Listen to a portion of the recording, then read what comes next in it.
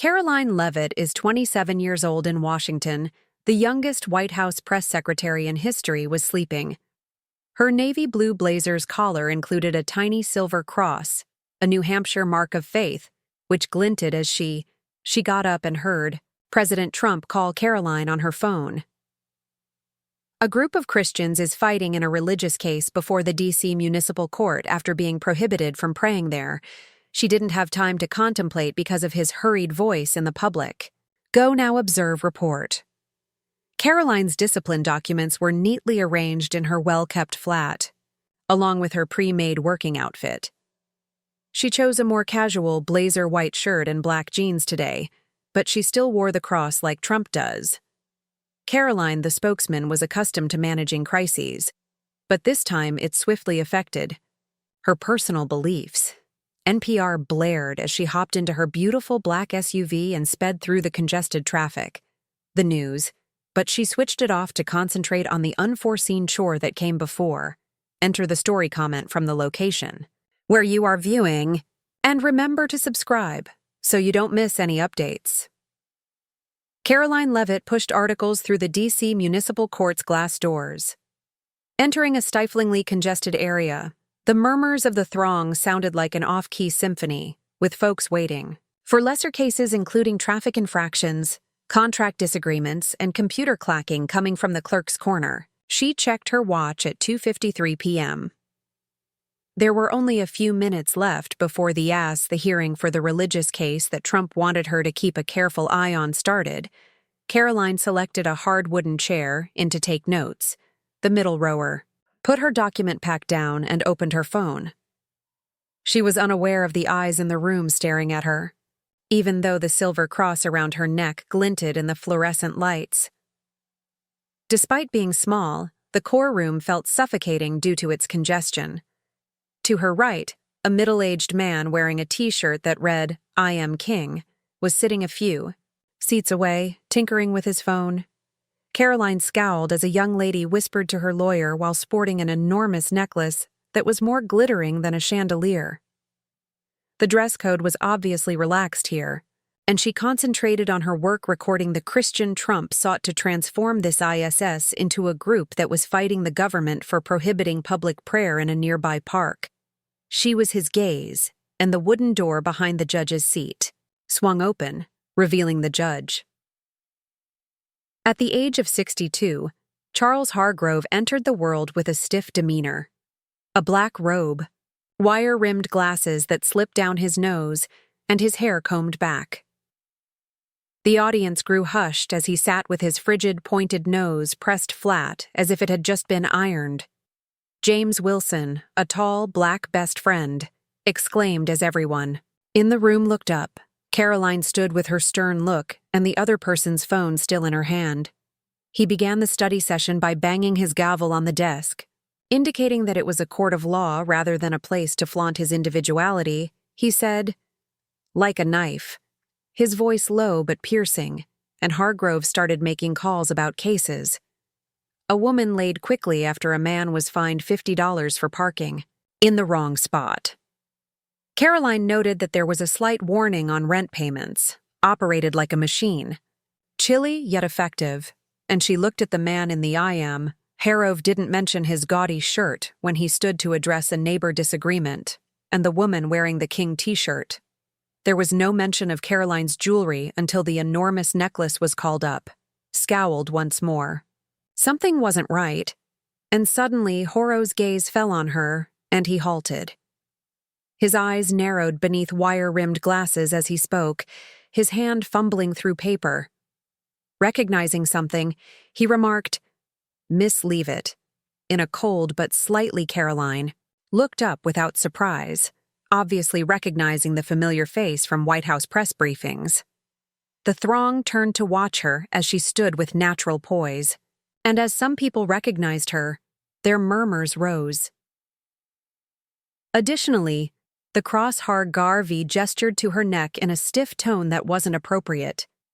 Here, the courtroom serves as a neutral setting rather than a platform for showcasing Faith. Karoline looked around and saw that there were no signs prohibiting her from doing so. She answered clearly, I'm Karoline Leavitt, the White House press secretary, and I'm here to see a Hargrove narrowed his eyes, because this is a personal thing that is protected by the First Amendment and does not violate any rules. Wearing that and causing difficulties at work is not appropriate. He pounded his gavel once more, seemingly emphasizing that the courthouse is neutral and not a church. James Wilson, the bailiff, stood close to the bench and cocked his head in deference to look at the middle-aged court clerk. Mrs. Thompson, who has her hair pulled back in a tight bun, paused typing and looked curiously at Karoline, the man wearing the t-shirt, and the clearly shocked that Hargrove didn't notice. The women wearing the large jewelry whispered to one another. Karoline continued to hold on to her phone, but she quickly realized Hargrove wasn't only aiming for her, he also seemed to hate the cross, which is a sign that I am allowed to wear. She spoke in a calm but authoritative tone, but Hargrove interrupted her, under the First Amendment. Go to the bench right away and stop lecturing me about the law. The crowd is now holding. Karoline inhaled deeply before approaching the defendant and putting her heels on the ancient wooden. The room fell silent as everyone's attention was focused on her navy blazer's silver cross on the floor of the D.C. Municipal Court. Judge Charles Hargrove sat with his collar raised, glimmering under the lights like a tiny flame in the midst of an impending storm. What are you doing here? His face is turning crimson with rage, and his eyes behind wire-rimmed glasses are narrowing even further. With that thing, missile, he queried in a hushed voice that was obviously sharp as a razor, attempting to keep a sense of authority, sir. I'm on duty and have the ability to wear it, she said, continuing to hold her phone in her hand and covertly flipping. Hargrove struck his gavel on the desk while in recording mode, and the boom reverberated across the room. I've witnessed a lot of people like you believe that faith gives them the right to disturb others any place, but I tell them that's not the case in my courtroom. Permitted. He bent forward, holding the gavel firmly. Are you familiar with this behavior? Karoline furrowed her brow in contempt of court, looking rapidly around the room at the man wearing the I Am King t-shirt. The woman with the huge jewelry sat there undetected, whispering to her employer. But her small cross was the problem, sir. I'm not disturbing anything, she answered in a steady voice. I'm here for work, and if you have a specific ban, it has no bearing on my dress. I would like to see the rule in writing. Hargrove grinned icily, without amusement. Rule, I am the rule here, and you entered my courtroom, disrespectfully. Law, and now you're threatening to demand a document? He struck the gavel so forcefully that the clerk, Mrs. Thompson, paused her typing and glanced up at the gathering with alarm. An older man in the back seat started to mutter to his neighbor, shaking his head and saying, That necklace over there's James. Wilson, the bailiff, stood close to the larger. Why isn't anyone speaking? Leaning his head on the bench to see that he has been employed here for 15 years and Hargrove's, he had previously witnessed Karoline's bias, so the attention on her felt familiar. Took a big breath, understanding that Hargrove would not be influenced by a straight argument. She opted for the long game, sir. If I've broken a regulation, I'm entitled to a detailed explanation, she remarked, her hand delicately shifting her phone to make sure the Hargrove scoffed and obviously took her words as a challenge, but the recording didn't stop him. This is your justification, and I'm awarding you $500 for contempt of court. Miss Thompson looked up as he struck the gavel a third time, the sound resounding like a final verdict. A young woman muttered, $500. Her fingers paused over the keys, her eyes apprehensive. The man wearing the I Am King t-shirt gave her friend a little. He laughed but suddenly stopped when Hargrove stared at him. You'll pay today. Hargrove continued to speak in a lecture-like tone before you left. Perhaps this will teach you to respect authority. This is neither a place of worship, Miss Leavitt, nor a platform for your act. He leaned back smugly, as though Karoline remained, motionless after winning an uncontested battle, her piercing gaze focused on. I understand your decision, Hargrove, sir, she responded in a tone that was even yet tinged with fine. but I'm entitled to inquire as to why the other people in this place wearing printed shirts and large jewelry aren't also okay. R's face reddened, and he held the gavel until his knuckles turned white. He said, "Change the topic. You are the only person brave enough to enter my courtroom with a religious emblem." Karoline nodded slightly, seemingly confirming her suspicions that's the difference. She didn't say anything more, but she knew that Hargve wasn't merely prejudiced. Taking aim at Christianity on purpose. Mrs. Thompson started typing again, but her fingers shook after 12 years, as she had hardly ever seen Hargrove's clerk punished so severely for such a little infraction. With his arms folded, James Wilson stood next to the bench and looked at Karoline, carrying a tinge of sympathy after witnessing Harrove manage hundreds of cases, and this concentration. The young woman stood apart as the whispers in the gathering became louder, with some people smuggling out their phones in spite of the no Karoline, whose mind was racing, stood motionless while holding her phone. While taping the rule, she inquired softly, "Are you done, sir?"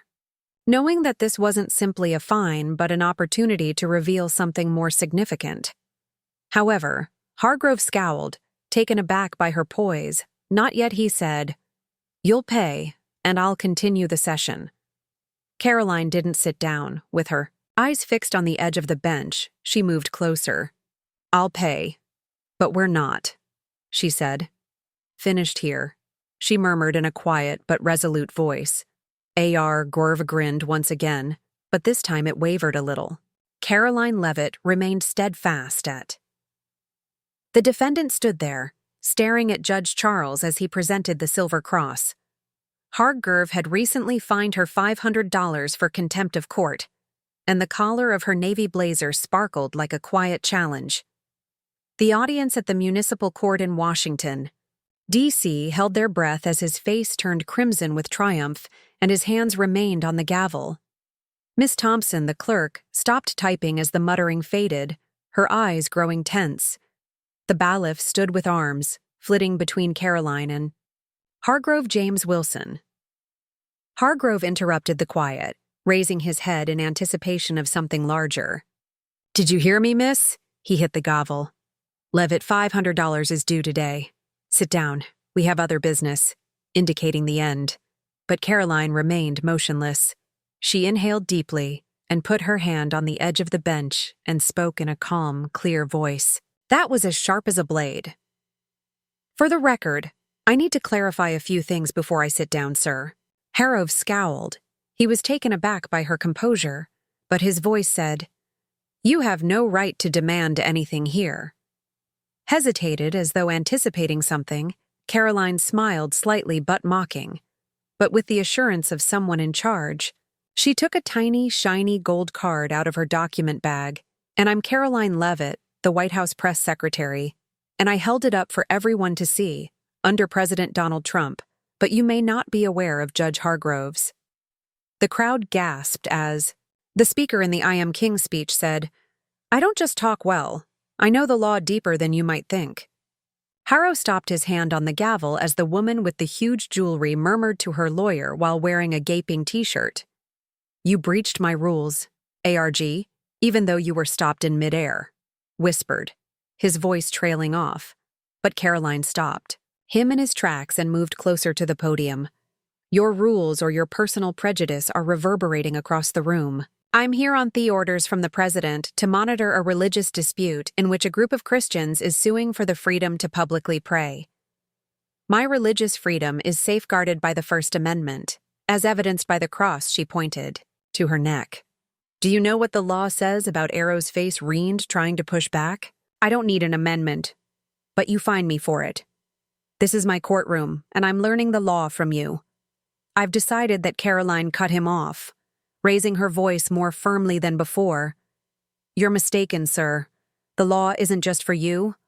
I would like to remind you of the Church of Lukumi Babalu IV and Hia.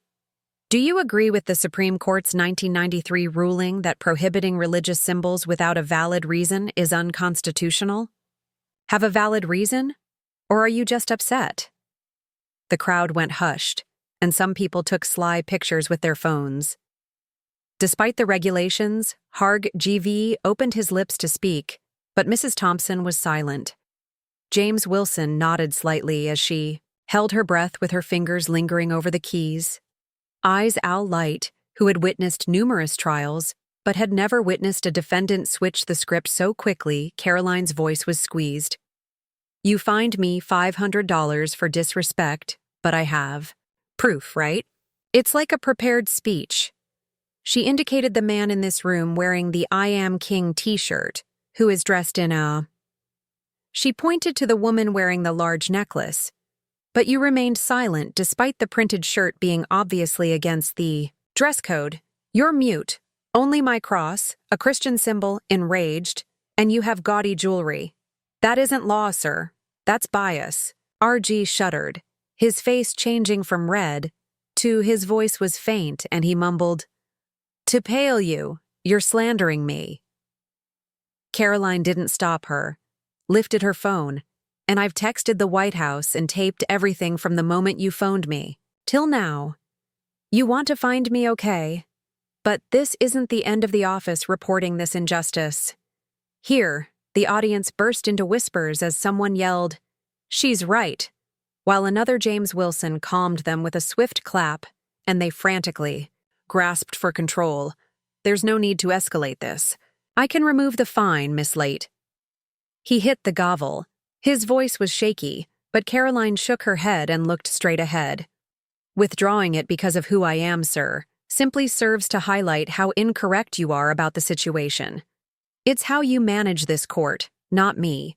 I want you to go back and look at the last 6 months, keeps track of all penalties associated with religious symbols, and I suggest making the first. The courtroom exploded when court employees, including you, received amendment training. That's right? A young woman, the older man in the back said, clapping and shouting. Mrs. Thompson typed frantically, recording every word, whispering, Who is she amazing? James Wilson grinned subtly as she spoke, her eyes shining as though she were seeing history. He had known she was unique from the beginning. AR grimaced as he sank into his chair, his hands shaking on the gavel. For the first time, he saw Karoline as a fierce opponent rather than a defendant. Do you think I'm Karoline, a representative? Stated in a quiet yet forceful voice. Yet I studied law to defend President Trump through innumerable litigation involving elections and policy. And now you just made a huge error, Judge, and I'm utilizing it to protect myself and others. Setting her White House card on the bench, Hargrove took a step back. Her eyes never, ARG opened his mouth to speak. But he remained silent since he realized he had encountered someone who was not only intelligent, but also law-abiding. Suddenly, the audience surged once more, with applause, erupting as Mrs. Thompson typed James Wilson approached the bench more quickly than before, as though to capture the moment forever. His eyes full of Karoline remained the same while R.G. Grove sat there, his authority eroding in front of everyone.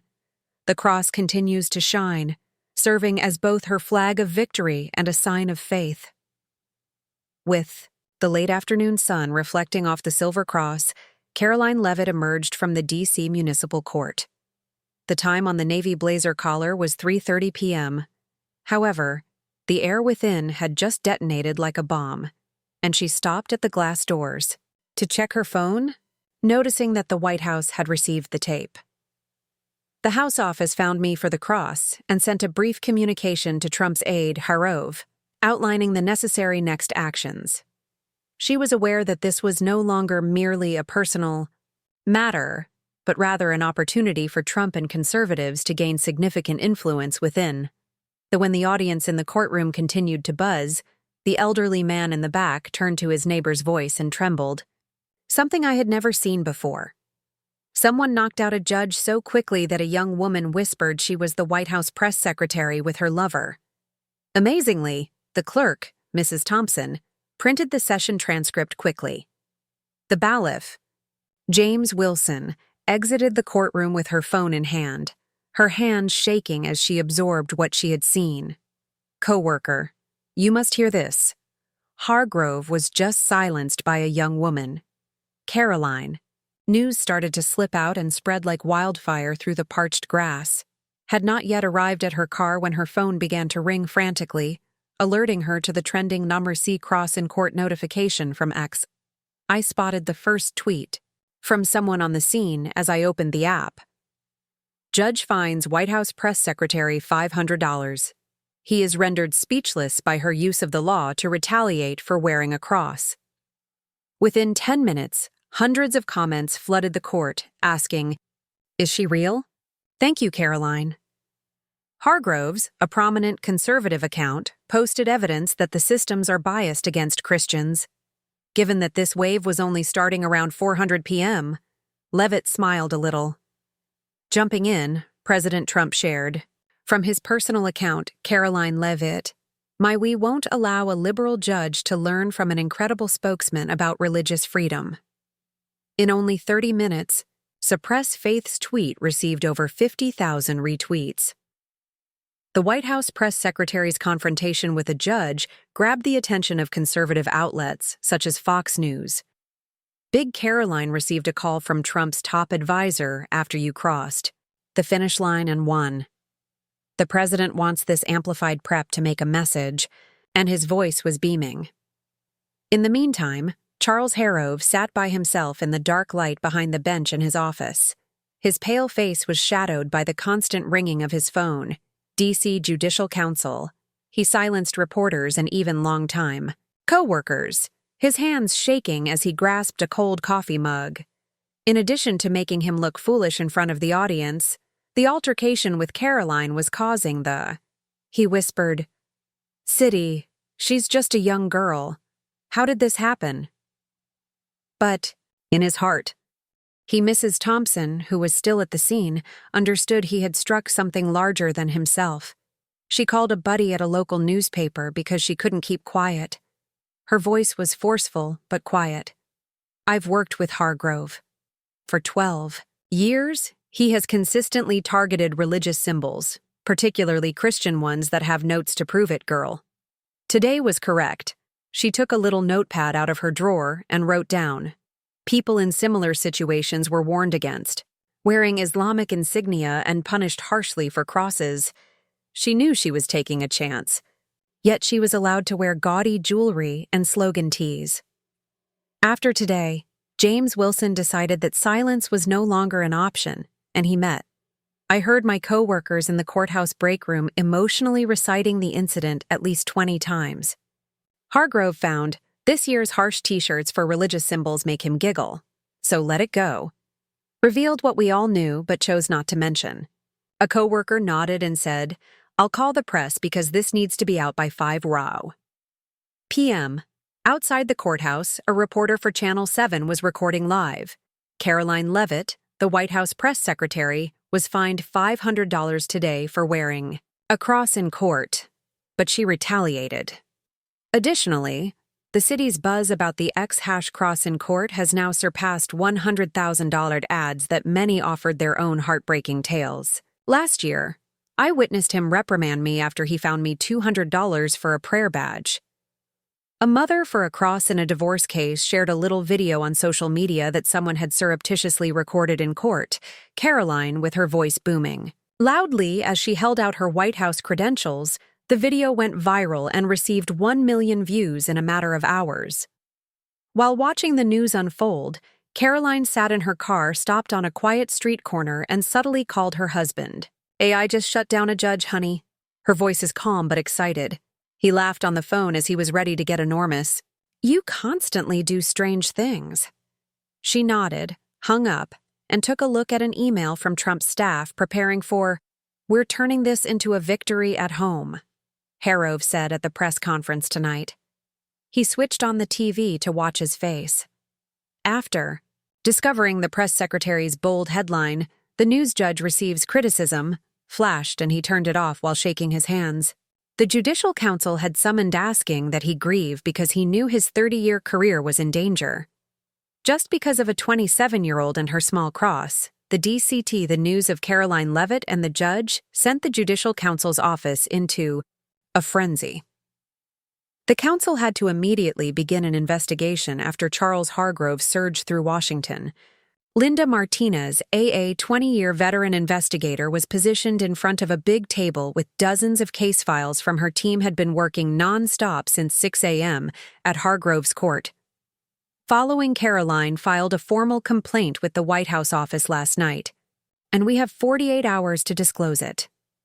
While Karoline sat there, Linda told her staff that her voice firm found everything connected to Hargrove and religious symbols. At Trump's direction, she examined the courtroom in her White House office as she prepared for tonight's news conference, sending his advisor another email with the tape. "I have data from X hundreds." She pushed this hard, accusing Hargrove of bias, and her phone rang non-stop with lawyer messages. A law student wrote to reporters and supporters, "You encourage me, Hargrove find my." Once Karoline realized that this was no longer just her, she grinned and said, "Mom for a cross." At the courts, where the battle had reached thousands, Mrs. Thompson entered the investigation chamber while holding her tiny journal. "I've had for 12 years with Hargrove," she said in a tremulous voice to Linda. However, he persisted in targeting religious symbols such as crosses and hijabs. Anything unusual? Yet he tolerated the flashy jewelry and coarse clothing. Linda.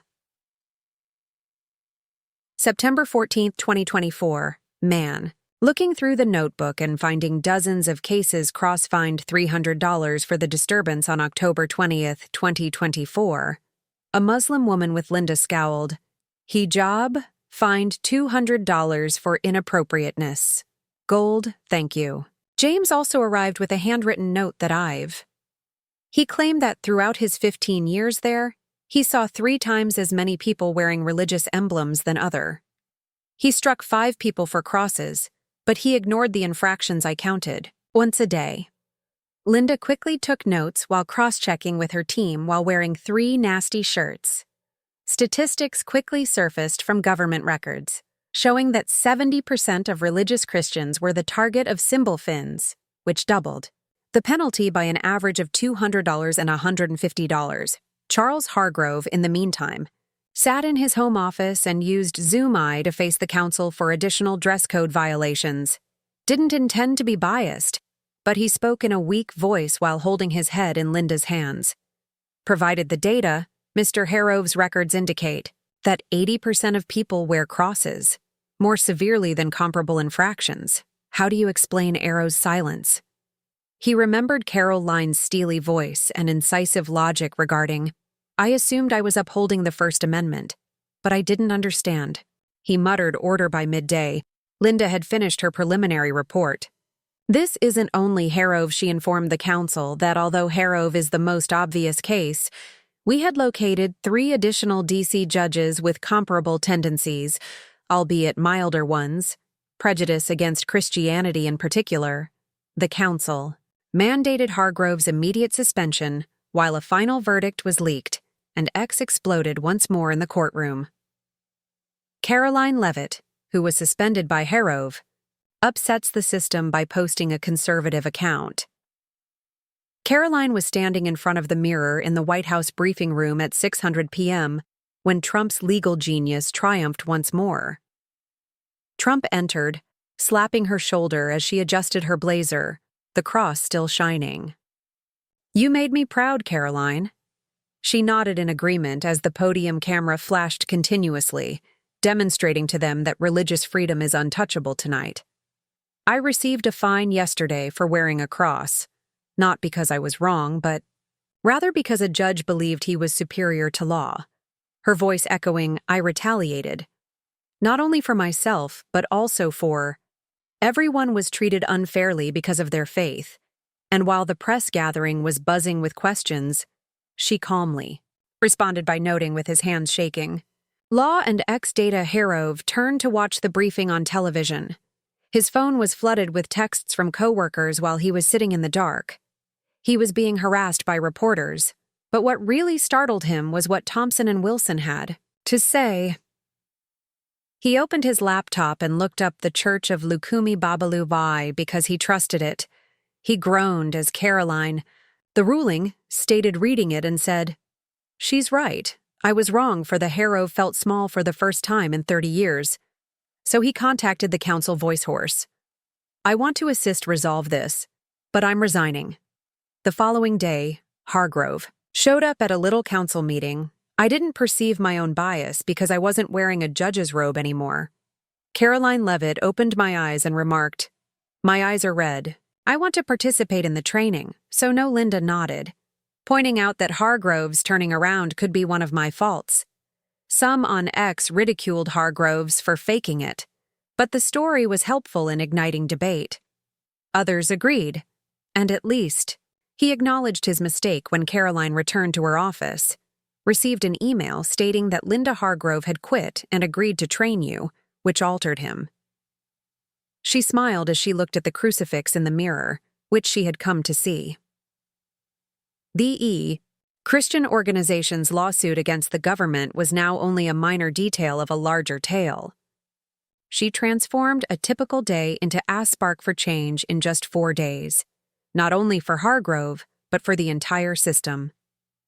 The climate in Washington changed following the event in the local court in Washington, D.C. Notably, Karoline Leavitt stood looking out the window of her White House office. The silver cross on her navy blazer collar was still visible at Pennsylvania Avenue, suddenly representing a movement larger than she had anticipated, her phone ringing with comments from conservative Trump supporters, and she received a new email from the D.C. Judicial Council thanking her for speaking out. "Thank you, Miss Leavitt," Regulations asked. She grinned, knowing that this victory wasn't. Following the lightning-fast inquiry, the council released new guidelines for D.C. courts that prohibit religious insignia unless they actually cause trouble, and all employees, including judges and clerks, must the required First Amendment instruction, and lead investigator Linda Martinez addressed the council, claiming that the Hargrove case demonstrates the need for greater transparency and that training is. The first action was the installation of a new plaque outside the courtroom that said, "Religious freedom is a right beyond violation." Karoline noticed that the hash cross in court was still trending BC modifications on X regulations because of Karoline Leavitt. Charles Hargrove, who is no longer a judge, showed up he appeared in front of dozens of court employees for the first training session, and his voice was hoarse. "Sincerely, though, I believed I was fair, but Karoline Leavitt taught me to look at me, don't let prejudice fool you." The audience was silent, with a few people nodding. James Wilson was taking notes while Thompson, who had been assigned to lead the court's openness program, sat in the front row, guiding court BFF's training, and we're the watchdogs here if we speak up against injustice, and Hargrove observed them with the knowledge that he was making apologies. Karoline took the minor but essential step of hanging the $500 fine receipt in a glass frame. It was more than simply a memento hanging on the wall of her White House office. It was a reminder of when Trump went in and clapped her shoulder, demonstrating her strength. "You're a star. The religious freedom crowd adores you, Karoline, and I do too." He laughed loudly and said, "We just W big." She nodded in preparation for her upcoming speech at a conservative gathering in Virginia, where she hopes to maintain momentum. The incident's significance extended beyond Washington, D.C., with hundreds of people waiting to hear the White House's legal genius. States like the governors of Texas, Florida, and Ohio started examining their own court regulations. "Thank you for reminding us of religious freedom," Karoline Leavitt. Texas will follow a group of Florida lawyers who cited hash crosses in court on X. People applied for comparable training, shared pictures with a comment that included a cross, an Islamic emblem, or a Buddhist bracelet. "No one can restrict my freedom, Karoline." After reading these posts, her pride grew. Karoline appeared on a stage in Virginia the following day, igniting a movement she had not anticipated from a single courtroom scene. That day, in front of 5,000 people brandishing flags for religious freedom, all I wanted, she stated, "I have to do my job," over the speakers, but I couldn't stay when a judge discovered me because of my faith. Silent, the audience erupted in cheers. And this wasn't just my victory. It was ours. Karoline grinned and waved the camera flashes as she was called out for president. The image of the cross shining on her neck went viral on social media and was named the symbol of resilience by the media. Mrs. Thompson monitored the new record-keeping in D.C., and every fine is now detailed, and examined every month for bias. James Wilson stressed to inexperienced bailiffs, "Don't be scared to speak up." Elle did, and we should too. One evening, Karoline received a note from Linda Martinez saying, "Thank you, you changed the system instead of just Harrove." She put it on Eyeing Trump called around 9 o'clock, and the framed fine receipt reflected on the path from one unexpected day to this tsunami of reform PM. He claimed that the opposition is in a panic, and that we are winning because Karoline, "You are my gold." She chuckled and said, "Thank you, Mr. President. I'm ready to hang up. Rest up more tomorrow." She touched the cross with a tiny accessory, which now illuminated her path. 3 months later, Karoline Leavitt stood at the White House podium with the camera flashes shooting, not only for herself but for millions of others. The silver cross on her navy blazer collar was shining steadily and was now recognizable, symbol to millions of people who were waiting to hear her, including religious community representatives and reporters. 3 months ago, she started speaking about religious freedom. "I just wanted to get on with my work." Voice echoing, "But I stood up for more than just myself when a court penalized me for my beliefs." However, we modified the method today, and everyone applauded, displaying court placards with hash crosses outside. The local court in Washington, D.C. suddenly has a new justice recognizes all faiths with a plaque in its lobby. She received a letter from a young law student named Miss Leavitt. "Your cross case gave me the strength to open a free clinic because I was afraid to battle." Thank you, Karoline, who read it in front of her mirror that evening with a smile on her face, for those who discriminated against faith. Charles Hargrove, a volunteer instructor, stood in front of a training session after inspiring the next generation. "Saying I was mistaken once taught me that there is no place for bias in justice." Mrs. James Wilson and Thompson continued to keep an eye on the court to ensure openness, and Trump referred to her as Karoline. "You're my keep it up warrior." She nodded on the phone, feeling more responsible than ever. As Karoline entered the White House balcony and looked out over Washington, D.C. at sunset, the crucifix she was holding wasn't merely a freedom doesn't come free, and keepsake was the spark that she lit that swept throughout America from a tiny courthouse, whispered that the Judicial Council sought her after a telegram arrived. She grinned, prepared to take on the next task from leading a national reform commission. Unexpectedly, she changed legislation, motivated others, and demonstrated that one individual. The narrative judge discovers that Karoline leaves it for wearing a cross, only to learn that she's a real problems in U.S. society now are reflected in legal genius, particularly the conflicts over religious liberty, judicial bias, and the relationship between individual freedom and systemic authority in the current. According to Judge Harrow, social media influence is widespread. Her cross reflects a trend that Americans observe in lawsuits: the imposition of personal opinions on the law by certain public authorities against religious symbols in public places or schools. Her First Amendment-based counterattack based on the Church of the precedent of Lukumi Babalu. I tells us that the Constitution is still a powerful safeguard for the hashtag #hashcross in court is going viral on X in support of freedom, even in the face of injustice. Trump's support demonstrates how social media and political leadership can magnify individual voices and create a movement. Common in America in 2025, the lesson isn't only to oppose wrongdoing, it's how to generate change with information, community, and technology. Karoline didn't just dispute with Hargrove, she organized a white network and recorded a cited law, House to the Public. This shows us that in contemporary America, where authority may be abused, you need proof like her using legal reasons and public backing, document your rights and help Hargrove transition from oppressor to additionally, the reformer demonstrates how communication and pressure may transform enemies into partners. Like Karoline, who frames her fine receipt as a symbol that a modest deed today might transform. She is patient yet resolute. Tomorrow's system